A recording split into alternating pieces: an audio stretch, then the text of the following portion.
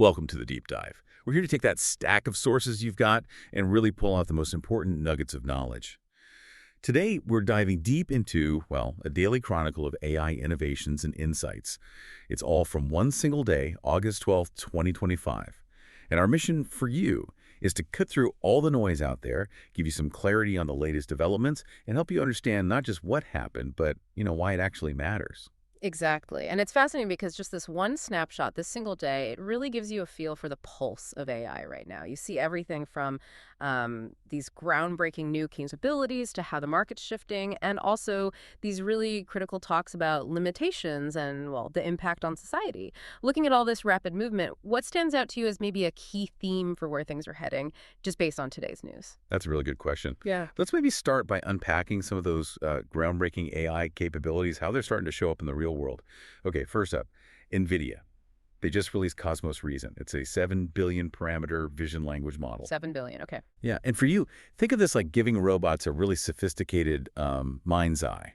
It doesn't just see, it understands. It can predict physical events using common sense. Right, common sense reasoning in the physical world. That's a big hurdle. Huge. So this model lets robots look at visual data, make decisions based on, common sense, and figure out complex interactions. Like, it understands the steps needed to make toast. Making toast, which sounds simple, but for a machine. Exactly. Anyone who's tried to teach a kid knows it's surprisingly complex. So this builds right on NVIDIA's whole World Foundation model ecosystem and their push into physical AI. The idea is to help robots, AI agents, really think through spatial problems, predict things like, someone stepping into a crosswalk or maybe a box falling off a shelf. There's anticipation, not just reaction. Precisely. Now, the software itself is open source. You can download it, but you do need specific NVIDIA hardware. They're Jetson Thor DGX or Blackwell GPUs. Ah, okay. So there's a hardware requirement. Definitely. But companies are already jumping on it. 1X, Skilled AI, they're already testing these Cosmos models. Interesting. That ability to predict the physical world, that's a massive step. And kind of building on that theme of deeper understanding, there's another really compelling development from Meta's FAIR team. Meta. What have they got? They introduced Tribe. It's a 1 billion parameter neural network. Smaller, but sounds specialized. Very. And it's not just, another big model. This one actually won first place in the Algonauts 2025 brain modeling competition. Wow, okay. By predicting how human brains respond to movies, it analyzed video, audio, and text. So it's watching movies and predicting brain scans. Essentially, yeah. Imagine that. It accurately predicted over half of brain activity patterns across 1,000 different brain regions. 1,000 regions. That's incredible detail. It is, and it was trained on subjects who watched, get this, 80 hours of TV and movies. Okay, so lots of data. Right. And it works best in those brain areas where sight, sound, and language kind of merge together. It actually outperforms single-sense models by about 30%. That makes sense, combining the inputs. Exactly. And it showed particular accuracy in the frontal brain regions, the ones controlling attention, decision-making, emotional responses. Now, this is fascinating because it pushes our understanding of the brain, obviously. But it also brings up this important question, right, about the potential for systems like this to maybe maximize neural attention. Could it make things like doom scrolling even harder for us to resist? That's a slightly worrying thought, maximizing attention. And speaking of leaps, this next story about OpenAI really grabbed me. Okay. Their reasoning model. It achieved a gold-level score at the 2025 International Olympiad in Informatics, the IOI. The programming competition. Wow. Gold level. Placed 6th against humans, but first among all the AI systems there. It's the top pre-college programming competition globally. And it was competing under the same rules as the humans. Time limits, submissions. Exactly the same constraints. And what's really remarkable, I think, is that it was a general-purpose reasoner. Not fine-tuned just for coding problems? Nope, not specifically fine-tuned for programming. Relied only on basic tools. And it scored in the 98th percentile. 98, that's huge. What was it before? Just a year ago, it scored 49%. Whoa, that's more than double the score in a year. A massive jump, yeah. Shows how fast the reasoning capabilities have moved.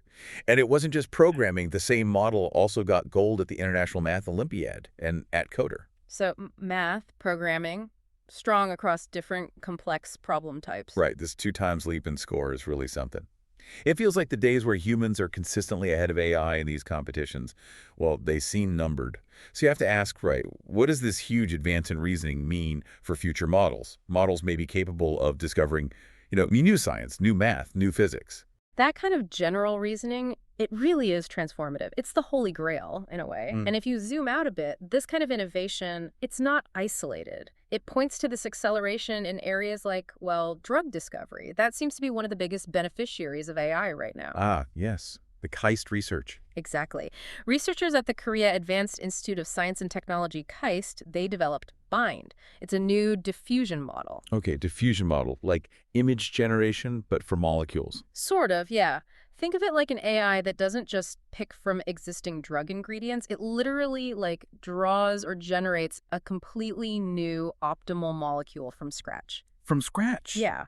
And the innovation here is that it designs both the drug molecule itself and how it's going to attach to the diseased proteins all in one go. No prior molecular data needed, no training example. Wow. So it's structure and function together. Precisely. And BIND created drugs that specifically target only the cancer-causing protein mutations, leaving the healthy versions alone. That's real precision medicine. That's the dream, isn't it? Targeted therapy with fewer side effects. Absolutely. And unlike older AI systems, BD also makes sure the drugs are, safe, stable, and actually manufacturable all at the same time. Manufacturability is key.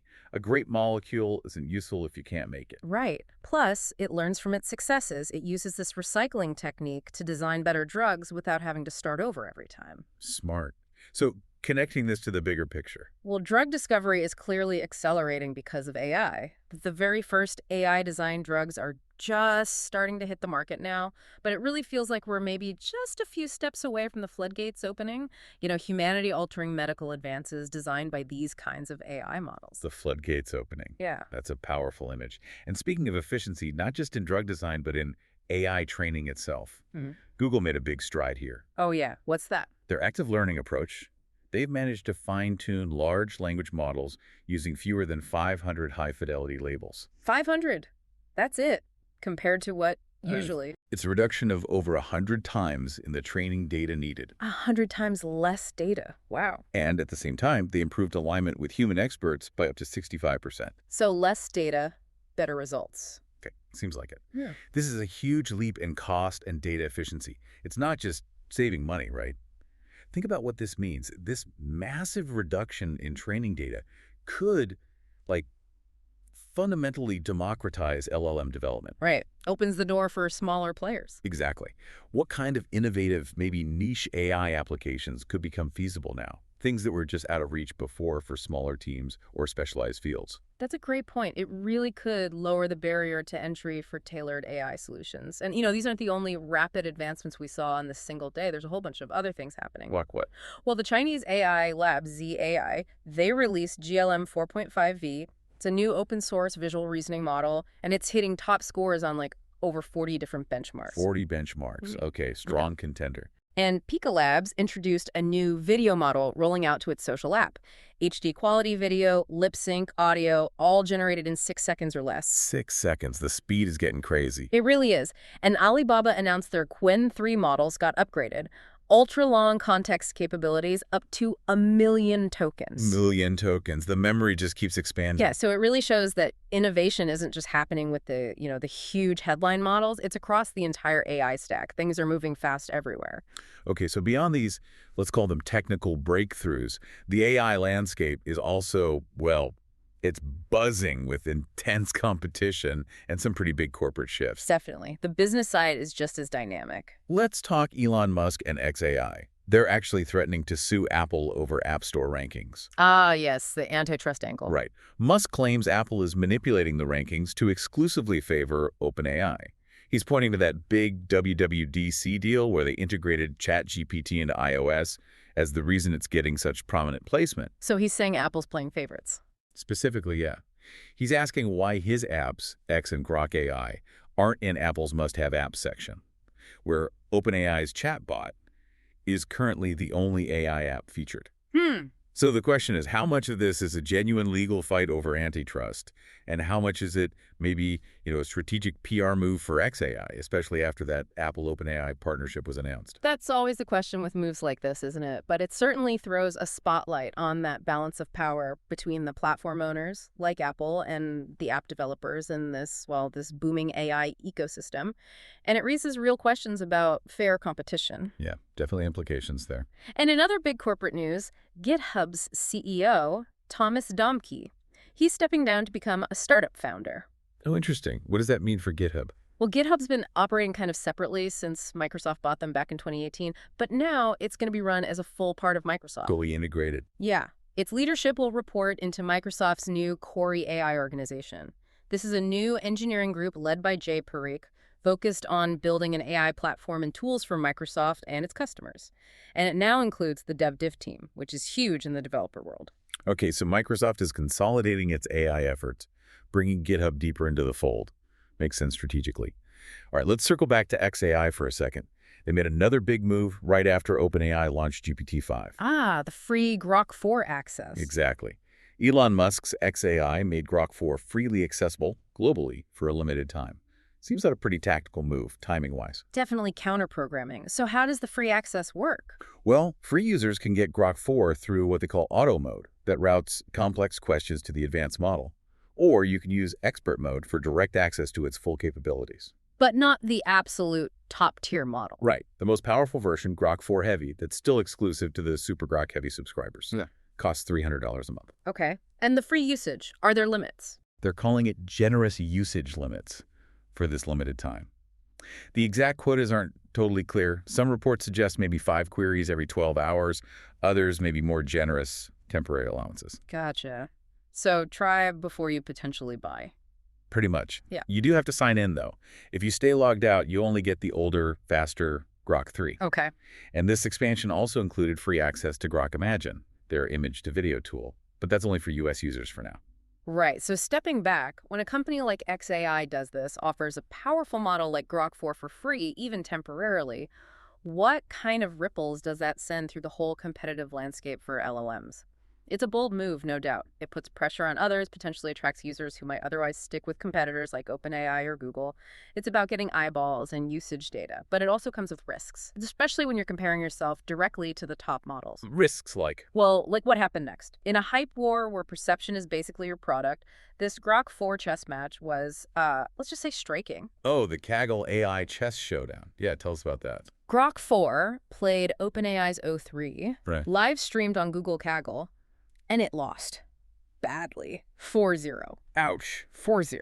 And to make it worse, 5-time world chess champion Magnus Carlsen was there, live on mic. He was literally laughing, face-palming. Oh, no. Yeah, he likened Grok's blunders to kids' games. That's not the kind of review you want from Magnus Carlsen. Not at all. Sometimes, even these brilliant AIs, they need to learn to tie their shoelaces before they try to run marathons, especially in public like that. From a marketing perspective, Grok 4 just took a massive branding hit. It's going to be really hard to spin that positively. And it basically handed OpenAI this perfect highlight reel showing dominance. Yeah, perception is product in this space. That's a tough PR day for XAI. Okay, shifting from corporate battles to geopolitical ones. This involves China, Nvidia, and AMD. Right. The semiconductor tensions continue. Chinese authorities are apparently discouraging their local companies from using Nvidia's H20 chips and also AMD's MI308 accelerators. These are the chips designed specifically to comply with U.S. export rules. Discouraging them how? They're demanding companies justify why they need these chips over domestic alternatives. And they're raising questions about potential hardware security issues. Security issues? Like what? Specifically, things like location tracking and remote shutdown capabilities potentially built into the hardware. Now, Nvidia has strongly denied this, but the concern is being voiced. That adds a layer of distrust. And it fits the broader pattern, right? Exactly. It's part of that wider state-led effort in China to build up their own homegrown semiconductor capabilities and cut reliance on Western tech. The push for self-sufficiency. But here's where it gets even more interesting and maybe complex. There are also reports that the U.S. government might be about to enter a new agreement with Nvidia and AMD. An agreement about what? That would potentially give the U.S. government a 15% cut of chip sales to China. Wait, a cut of the sales? How would that work? Details are scarce, But if true, it adds another really complicated layer to these already tense geopolitical and trade dynamics around advanced chips. Wow. Okay, yeah, that's definitely a space to watch closely. So much happening just on the hardware front. For sure. Okay, so we've covered breakthroughs, market dynamics. But it's not all just progress and competition, is it? There are also these really crucial discussions happening about AI's limitations, the ethical side, and its actual impact on society. Absolutely. The what does it all mean part, which is critical. Right. So Palantir's CEO, Alex Karp, he had a warning. He said, while the U.S. leads in AI right now, it might be entering a danger zone if there isn't aggressive investment. A danger zone of falling behind, presumably. Seems like it. But interestingly, his proposed solution isn't just more top-level AI. He plans to bring superpowers, AI empowerment, directly to blue-collar workers, trying to align the tech with workforce inclusivity. That's a different angle. Empowering the existing workforce with AI, not just focusing on displacement or high-end research. Interesting vision. It is. And speaking of visions versus reality, Bill Gates, remember he was pretty skeptical about GPT-5? Yeah, he questioned if it would offer much more than just modest improvements over GPT-4. He wasn't expecting a huge leap. Well, his prediction seems to be kind of validated, at least based on initial user reports. People are seeing incremental improvements, yeah, but also lingering bugs, not really revolutionary performance. So Gates called it right, perhaps. Does this sort of pause or incremental step mean the companies are just consolidating before another big leap? Or could it signal we're hitting a bit of a plateau with the current approach of just scaling up? That's the billion-dollar question, isn't it? Is scaling alone enough anymore? Right. And this brings us to safety, accountability, human expertise, especially in sensitive areas like healthcare. Yeah, where the stakes are incredibly high. The state of Illinois just enacted new legislation. Yeah. It prohibits AI systems from delivering mental health or therapeutic diagnoses without supervision by a licensed professional. A clear line in the sand. AI is a tool, not the therapist. Exactly. AI can still be used for admin tasks, scheduling, things like that, but any service offering actual therapy, it must involve human clinicians, or they face penalties up to $10,000. This seems like a necessary safeguard, doesn't it? Ensures accountability. It does, but even when AI is used as a tool, there are still risks, right? Like bias creeping in. Oh, absolutely. That's a huge ongoing challenge. And it's striking how even systems built with good intentions can end up perpetuating or even amplifying existing societal biases. They need really careful design, training, and continuous monitoring for fairness. Otherwise, you get situations like, well, like that study from the London School of Economics. What'd that find? It looked at AI tools, things like Google's Gemma, being used by local councils in England to summarize care needs.